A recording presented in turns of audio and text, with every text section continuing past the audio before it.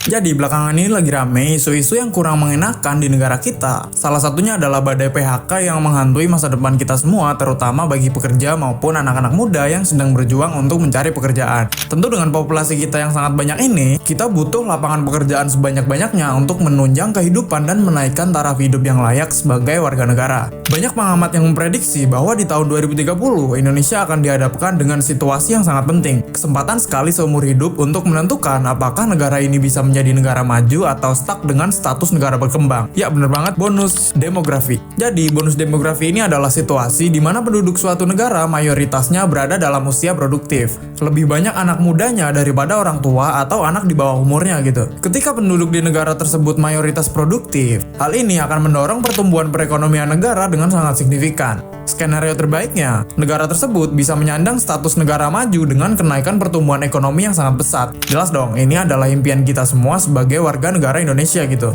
Nah, celakanya, momen bonus demografi ini bisa menjadi bencana bagi negara tersebut apabila tidak dipersiapkan dengan baik. Ketika negara gagal untuk membuka lapangan pekerjaan seluas-luasnya, hal ini bisa menjadi bencana sekaligus menambah beban bagi negara. Yang harusnya anak-anak muda bisa produktif dan berkontribusi dalam pertumbuhan ekonomi. Justru anak muda ini berpotensi menjadi pengangguran, yang artinya hal ini akan menambah beban ekonomi negara. Angka kemiskinan akan naik, kriminalitas juga akan naik sejalan dengan naiknya angka kemiskinan di negara tersebut. Tentu kita semua nggak pengen situasi ini terjadi di negara kita gitu loh. Tapi fakta pahitnya adalah, kalau kita lihat kondisi sekarang, yang mana untuk sampai di tahun 2030 hanya menyisakan 5 tahun lagi, kita disuguhkan dengan realita keadaan negara ini yang makin lama makin mengkhawatirkan. Contohnya kemarin tuh, lu pasti udah lihat kan fenomena lautan anak muda yang bersaing untuk mendapatkan pekerjaan di salah satu event job fair yang ada di Bekasi. Bahkan saking ramainya job fair tersebut, sampai banyak orang yang pingsan karena berdesak-desakan. Ya, fenomena ini tuh jelas menggambarkan kondisi Indonesia yang semakin mengkhawatirkan gitu loh. Sekarang kita bahas nih, bagaimana nasib Indonesia di masa depan? Apakah kita bisa memanfaatkan momen bonus demografi untuk menjadi negara maju, atau itu cuma mimpi basah kita semua? Jadi simak sampai habis, dan di akhir video nanti coba tulis pendapat lo di kolom komentar.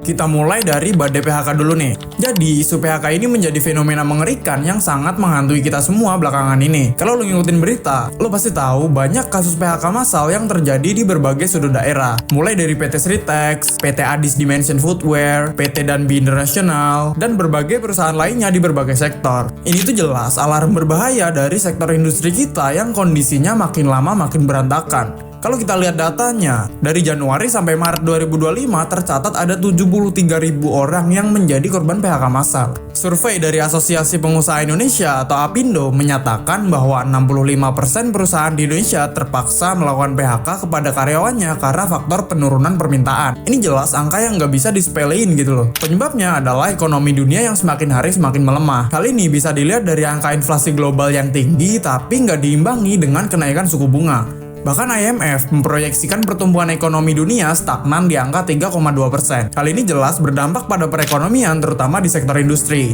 Efeknya bisa berakibat pada kenaikan harga bahan baku dan merembet ke kenaikan harga produksi. Buat lo yang nggak paham apa itu inflasi, jadi inflasi ini adalah kenaikan harga produk secara terus-menerus dalam jangka waktu tertentu. Inflasi ini bisa dikendalikan dengan berbagai cara nih. Salah satunya dengan menaikkan suku bunga. Tapi yang jadi masalah, ketika suku bunga naik, orang bakal milih nabung daripada jajan. Ya make sense dong, kalau bunganya gede, orang lebih milih nabung daripada belanja. Ketika orang lebih milih nabung daripada belanja, akibatnya perusahaan bakal mengalami penurunan omset yang signifikan. Karena ya itu tadi, orang pada gak mau beli produknya, orang pada berhemat gitu loh. Selain faktor inflasi, ekonomi dunia melemah karena berbagai konflik geopolitik yang terjadi akhir-akhir ini, seperti tarif Trump, konflik Rusia-Ukraina, konflik Timur Tengah, dan yang lainnya. Hal ini bikin bahan baku industri seperti minyak mengalami kenaikan harga. Emang ngaruh ke negara kita bang? Ya ngaruh lah kocak. Perusahaan kalau mau ngapa-ngapain tuh pasti butuh minyak. Kalau harga minyaknya mahal, ya biaya produksinya ikutan mahal dong. Dan gak cuma minyak, hal ini juga berlaku ke berbagai bahan industri yang lainnya gitu. Jadi perusahaan juga pada pusing nih. Gimana gak pusing coba? Udah harga bahan bakunya naik, biaya produksinya juga ikutan naik. Di sisi lain, penjualannya malah menurun. Ya wajar banyak perusahaan yang tumbang dan terpaksa mem-PHK karyawannya gitu loh.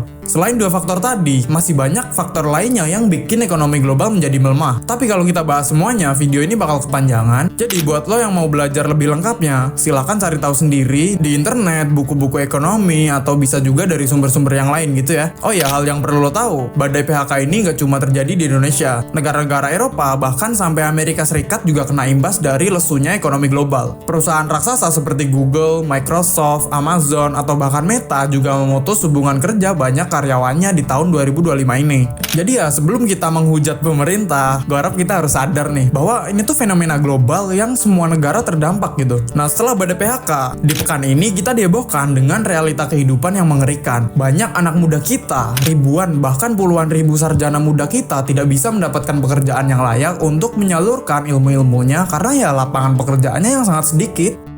Dari data yang gue baca, angka pengangguran di Indonesia naik dari 7,80 juta jiwa di tahun 2024 menjadi 7,88 juta jiwa di tahun 2025. Jadi dalam rentang waktu setahun, pengangguran kita tuh bertambah sekitar 80 ribu orang gitu.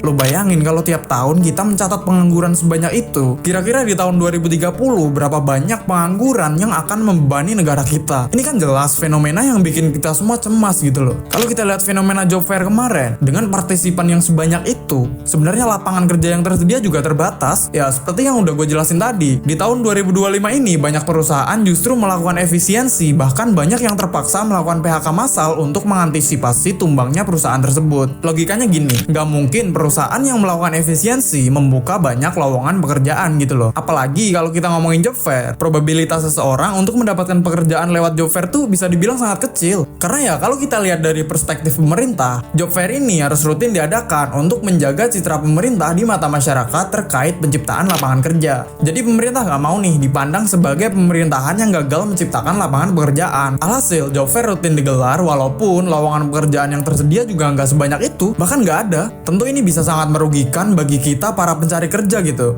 Lo bayangin, untuk hadir di acara job fair tersebut, seorang memerlukan biaya yang nggak sedikit, mulai dari uang fotokopi, uang bensin, uang makan, dan sebagainya. Apalagi mereka ini merupakan pengangguran yang nggak punya pemasukan gitu. Ya ini kan jelas merugikan gitu loh. Kemudian kalau kita lihat dari perspektif perusahaan juga dituntut oleh pemerintah agar berkontribusi dalam penciptaan lapangan kerja. Nah, di tengah situasi efisiensi dan badai PHK ini, banyak perusahaan yang ikut andil di job fair tersebut juga sebenarnya cuma formalitas doang. Realita di belakang layar mereka tuh sebenarnya nggak membuka lowongan pekerjaan. Ya ada sih beberapa, tapi kalau dibandingin sama kebutuhan pasar, ini tuh jelas jomplang banget gitu. Bisa jadi dari 1000 pelamar yang keterima cuma 1 orang. Ya bisa aja, nggak ada yang tahu gitu loh. Apalagi kalau kita lihat nih ya, proses rekrutmen di job fair ini juga sangat jauh dari yang namanya transparansi. Perusahaan yang ikut job fair itu kebanyakan kan perusahaan swasta ya. Tentu tuntutan untuk transparansi proses rekrutmennya juga nggak terlalu besar kalau dibandingin sama institusi pemerintahan. Jadi ya menurut gue sah-sah aja gitu. Oh ya, sedikit cerita. Jadi gue punya temen yang pernah magang sebagai asisten HRD di sebuah perusahaan gitu ya. Nah, teman gue ini cerita bahwa ketika perusahaan ikut dalam acara job fair, CV para pelamar yang masuk ke perusahaan ini juga jarang banget dibaca sama HRD. Bahkan sampai ada yang dibuang gitu aja ke tempat sampah. Ya situasi HRD juga serba salah gitu. Jadi perusahaan dituntut untuk ikut andil dalam memberikan lapangan kerja. Tapi di sisi lain, mereka lagi dihadapkan dengan situasi yang mengharuskan mereka untuk melakukan efisiensi.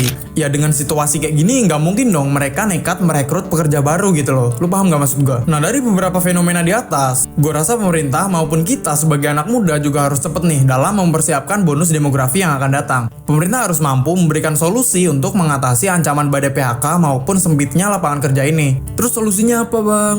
Ya lu tanya Gibran lah. Ya percuma gue bayar pajak rutin buat ngegaji para pejabat kalau gue juga yang harus mikir solusinya. Jadi ya jangan tanya solusinya ke gue, lu tanya sono sama Gibran. Kalau kata Ferry Irwandi nih ya, anak muda kita tuh udah siap, anak muda kita tuh selalu siap untuk menyambut bonus demografi tersebut. Ya emang bener, anak muda mana sih yang gak mau dapat pekerjaan dan bisa hidup nyaman? Gue yakin semua anak muda pengen gitu dapat kerja yang mapan dan bisa hidup tenang dengan layak di negara sendiri. Tapi ya kita juga perlu sadar, sebenarnya kita tuh gak siap itu. Contohnya nih, masih banyak tuh anak muda yang kecanduan judi online, masih banyak anak muda yang gampang diperalat sama hayalan-hayalan perdukunan, masih banyak anak muda yang gampang percaya sama klinik. Ya ini kan PR kita bersama gitu loh.